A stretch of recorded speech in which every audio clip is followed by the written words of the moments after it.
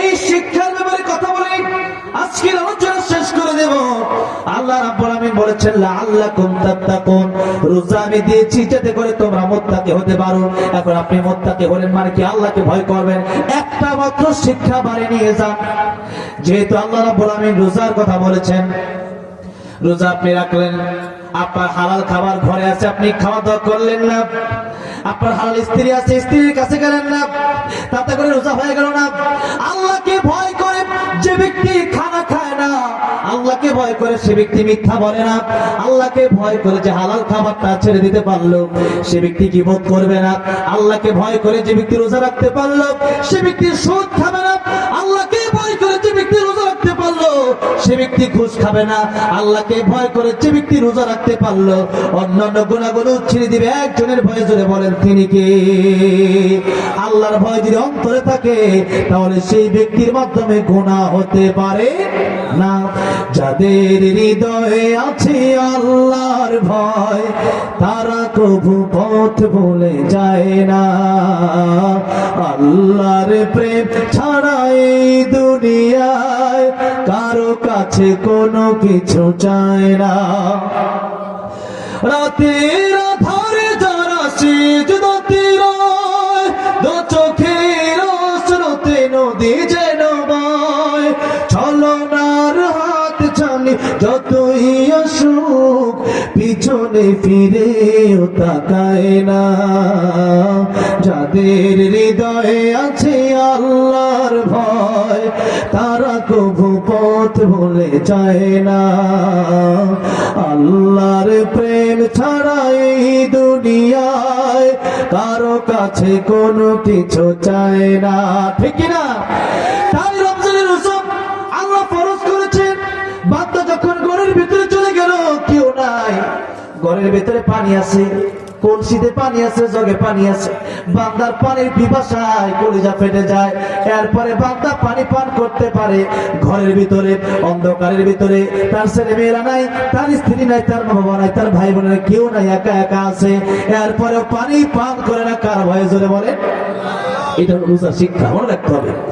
পানি আপনি পান করলেন না আল্লাহর ভয়ে, খাবার আপনি খেলেন না আল্লাহর ভয়ে। এবার নবী বলছে আল্লাহর ভয়ে যারা খাবার ছেড়ে দিল, স্ত্রী ছেড়ে দিল, ওই ব্যক্তি মিথ্যা ছাড়তে পারলো না, ওই রোজার কোনো দাম আল্লাহর কাছে নাই। গীবত ছাড়তে পারলো না, রোজার দাম আল্লাহর কাছে নাই। হারাম ছাড়তে পারলো না, রোজার দাম আল্লাহর কাছে নাই। তাই আজকে বিশেষ দুটি কথা আপনাদেরকে বলতে চাই। একটা হলো গীবত, এটা হচ্ছে আমল নষ্টকারী একটা গুনাহ, আমল নষ্টকারী একটা গুনাহ। গীবতের গুনাহটা কি? প্রথমে কোরআন থেকে শুনুন। আল্লাহ রাব্বুল আমিন বলছেন ওয়ালা ইয়াগতাব বা'দুকুম বা'দা আইয়ুহিব্বু আহাদুকুম আন ইয়াকুলা লাহমা আখিহি মাইতান ফাকারিহতুম। তোমরা একে অপরের বিরুদ্ধে গীবত করবা না, সমালোচনা করবা না। কে বলেছেন? আল্লাহ। আমরা করি কি করি না? করি। আল্লাহ বলছেন তোমাদের মধ্যে এমন থেকে কেউ পছন্দ করো যে তোমাদের মৃত ভাইয়ের কাঁচা গোশত তোমরা চাবায়া খাবা। এটা কি আমরা পছন্দ করি? মরা মানুষের গোশত কেউ খায়? আল্লাহ বলছে এটা অপছন্দনীয়। যেমন ফাকারি, তুমি এটা অপছন্দনীয়, এটা যেমন অপছন্দনীয়, আমি আল্লাহ গীবত কেউ অপছন্দ করি। আমি আল্লাহ, তোমরা গীবত করবা না। নবীজি বলছেন গীবত যদি কেউ করে তোর দুটি ক্ষতি। নাম্বার ওয়ান হচ্ছে তার আমলগুলো ওই ব্যক্তির কাছে চলে যায়। সারা দিন ভর কষ্ট করে রোজা রাখলেন, কষ্ট করলেন, এখন তো রোজা রাখতে একটু সহজ হবে হয়তো, যদিও শীত মোটামুটি এখন অল্প আছে।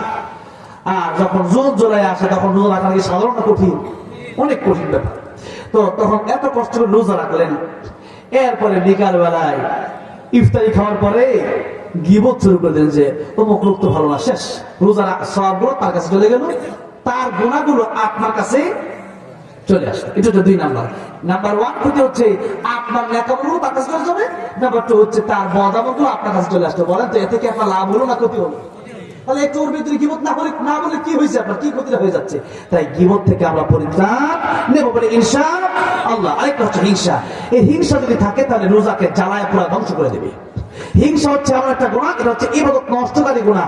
নবীজি বলেছেন হিংসা হচ্ছে ইবাদত নষ্টকারী একটা গুনাহ। হিংসা হচ্ছে এমন যে আগুন যেমন লাকড়ি জ্বালায় ধ্বংস করে দেয়, হিংসা তার নেকি জ্বালায় ধ্বংস করে দেয়, রোজা ধ্বংস করে দেয়। যে ওই লোকের এত টাকা কেন, ওর এত বাড়ি কেন, ওর এত বড় পদ কেন, আমার নাই কেন, এই যে সমস্ত বিষয়ে হিংসা করলে পরে বিপদ। এই জন্য প্রথম সিস্টেম হলো যে হিংসা থেকে বাঁচার জন্য দুইটা ঔষধ দেব, নেবেন আপনারা। এক নম্বর হচ্ছে নাপা, দুই নম্বর হচ্ছে অ্যান্টিবায়োটিক।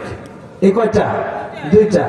নাপা কোনটা? যেটা ডাক্তাররা প্রাথমিক বলে নাপা খান, যদি না ভালো হয় এরপরে কি অ্যান্টিবায়োটিক।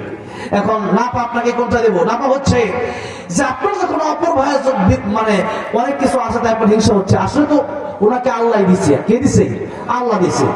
এই সম্পদ পাওয়ার কারণে আল্লাহ দিছে, পরীক্ষা করতে চান। এই সম্পদ আল্লাহকে তাকে দুনিয়া দিয়েছে, পরকালে তার জাহান্নামে যাওয়া লাগতে পারে। আর সম্পদ পেলেই যে জাহান্নামে যাবে বিষয়টা এরকম নয়। সম্পদ পেলে এই সম্পদ দানের মাধ্যমে, আল্লাহ রাস্তায় খরচ করার মাধ্যমে জান্নাত অর্জন করতে পারে। তাদেরকে পরীক্ষা করতে চান। আবার আপনাকে না দেওয়া দেখতে চান আপনি হিংসা করবেন কিনা, এটাও আপনার জন্য পরীক্ষা।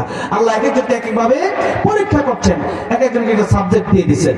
এই জন্য এই যে পরীক্ষার সিস্টেমটা এখানে আমাদের পাশ থেকে ফেল করলে চলবে না। তাই হিংসা যদি করেন, তখন আপনার যদি হিংসা চলেই আসে মনে করেন যে আপনি হিংসা থেকে বাঁচতে পারেন, তখন দোয়া করবেন, আল্লাহ তার যা আছে তা আমাকে দাও, আমাকেও দাও, দিলে আল্লাহ আমার ভালো হয়, তাহলে তার একটা হিংসা হবে। এটা হচ্ছে নাপা। আর অ্যান্টিবায়োটিক কি? এটা নবীজি শিক্ষা দিয়েছেন, যে ব্যক্তির বিরুদ্ধে আপনার মনে হিংসা জায়গা করে নিয়েছে, শয়তান ওয়াসওয়াসা দিচ্ছে, সেই ব্যক্তির জন্য দোয়া করে, আল্লাহ তার 5 তলা বাড়ি আছে, আল্লাহ তার 10 তলা বাড়ির মালিক বানায় দাও। শয়তান বলবে, আল্লাহ কারে আমি ধোঁকা দিই হিংসা করার জন্য? ওদিকে ওই লোকের বিরুদ্ধে দোয়া করে, তখন শয়তান আস্তে আস্তে আপনার দিকে আসবে না। এটা হিংসার ঔষধ। তাই হিংসা থেকে আমাদের বাঁচতে হবে, গীবত থেকে আমাদের পরিত্রাণ নিতে হবে, বেঁচে থাকতে হবে। অনেক লম্বা আলোচনা করার ইচ্ছা ছিল আজকে আলোচনা করতে পারলাম না, রাত 1টা বেজে গেছে। তাই যতটুকু এই গীবত হিংসা থেকে আমরা বিরত থাকবো বলি ইনশাআল্লাহ। আর নাম্বার 3 হচ্ছে, আমরা সামনে রমজান মাস যেহেতু আসতেছে, এটা ইবাদতের মাস, এটা হচ্ছে আল্লাহকে খুশি করার মাস, আল্লাহকে কাছে পাওয়ার মাস। এর জন্য এই মাসে আমরা ইবাদত করার জন্য সমস্ত দুনিয়ার কাছ থেকে ফারেক হয়ে ইবাদত দিকে একটা মাস মনোযোগ দিব বলি ইনশাআল্লাহ। 4 নাম্বার হচ্ছে রোজা থেকে আমরা শিক্ষা নেব। রোজা যেমন রেখেছে আল্লাহর জন্য, খানা পানাহার স্ত্রী সব বাদ দিয়ে দিলাম, ঠিক তেমনি ভাবে আপনাদের সমস্ত গুনাহগুলো আল্লাহকে ভয় করে বাদ দিয়ে দিতে পারি। আল্লাহ তৌফিক দান করেন, চলে বলেন আমিন।